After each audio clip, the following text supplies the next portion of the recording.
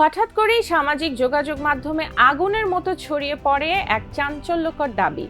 বেলুচ বিচ্ছিন্নতাবাদীরা নাকি ঘোষণা করেছে স্বাধীন রিপাবলিক অফ বেলুচিস্তান, আর প্রদেশের বড় অংশ চলে গেছে তাদের নিয়ন্ত্রণে।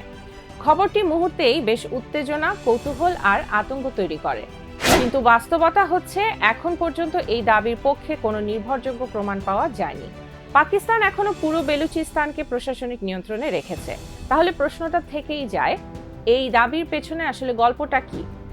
টাইমস অফ বাংলাদেশ এক্সপ্লেনারে আজ আমরা খুঁজে দেখব বেলুচিস্তানে আসলে কি ঘটছে, কেন এই সংঘাত, কোথা থেকে এর শুরু, আর কোথায় গিয়ে থামতে পারে এই অস্থিরতা। বেলুচিস্তান পাকিস্তানের সবচেয়ে বড় প্রদেশ। দেশের প্রায় ৪৪% ভূখণ্ড জুড়ে বিস্তৃত এই অঞ্চল। অথচ এখানে বাস করে মোট জনসংখ্যার মাত্র ৫ থেকে ৬% মানুষ। এই বিশাল ভূখণ্ডের নিচে লুকিয়ে আছে বিপুল পরিমাণ সম্পদ, গ্যাস, তামা, সোনা, কয়লা। আর আরব সাগরের তীরে দাঁড়িয়ে থাকা গোয়াদর বন্দর, যা চীন পাকিস্তান অর্থনৈতিক করিডর বা সিপিইসির অন্যতম কেন্দ্রবিন্দু। অর্থনীতি, জ্বালানি আর ভূ রাজনীতির দিক থেকে এত গুরুত্বপূর্ণ হওয়া সত্ত্বেও বেলুচিস্তান পাকিস্তানের সবচেয়ে দরিদ্র ও অনুন্নত প্রদেশগুলোর একটি। এই বৈপরীত্য, অঢেল সম্পদ আর চরম বঞ্চনা স্থানীয়দের ক্ষোভকে বছরের পর বছর ধরে জ্বালিয়ে রেখেছে। তবে এই সংকটের শিকড় আরও গভীরে, ইতিহাসের বহু স্তরে ছড়িয়ে আছে। খ্রিস্টপূর্ব ৩৩০ সালে আলেকজান্ডার এই অঞ্চল জয় করেন। এরপর কখনো পারস্য, কখনো ভারতীয় উপমহাদেশের শাসকদের অধীনে ছিল এই ভূখণ্ড। সপ্তম শতকে আরবরা আসে, পরে আফগান শাসকেরা নিয়ন্ত্রণ নেয়। ব্রিটিশ শাসনের আগে বেলুচিস্তান কোনো একক রাষ্ট্র ছিল না। এটি ছিল কালাত, মাকরান, লাসবেলা ও খারানের মতো কয়েকটি স্বায়ত্তশাসিত অঞ্চলের সমষ্টি। ১৯৪৭ সালে ব্রিটিশ ভারত ভাগ হওয়ার পর কালাত নিজেকে স্বাধীন রাষ্ট্র হিসেবে ঘোষণা করে, কিন্তু সেই স্বাধীনতা স্থায়ী হয়নি। ১৯৪৮ সালে পাকিস্তান সামরিক অভিযান চালিয়ে অঞ্চলটিকে নিজেদের অন্তর্ভুক্ত করে। এখানেই দ্বন্দ্বের মূল।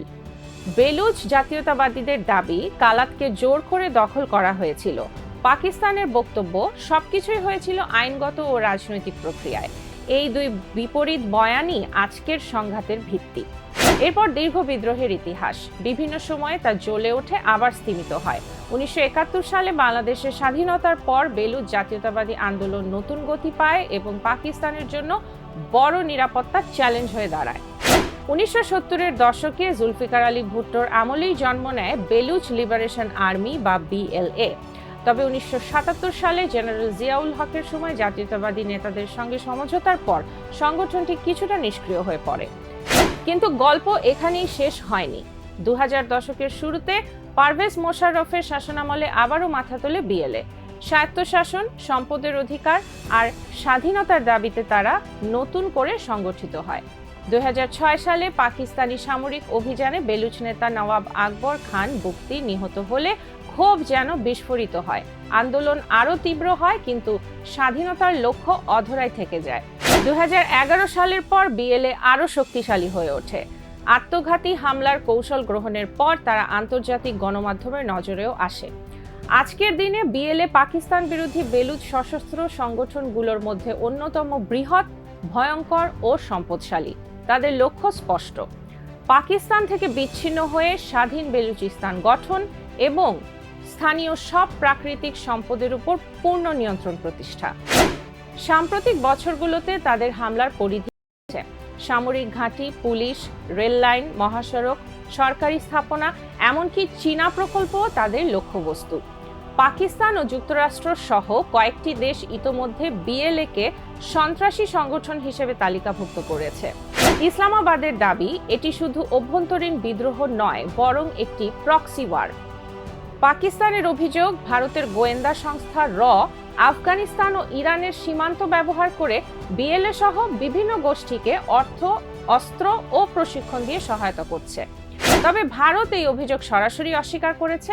অন্যদিকে মানবাধিকার সংগঠনগুলো অভিযোগ করছে বেলুচিস্তানে গুম, বিচার বহির্ভূত হত্যা এবং কঠোর সামরিক অভিযান চলছে। পাকিস্তান সরকার এসব অভিযোগ কখনো অস্বীকার করেছে, আবার কখনো নিরাপত্তা পরিস্থিতির যুক্তি তুলে ধরেছে।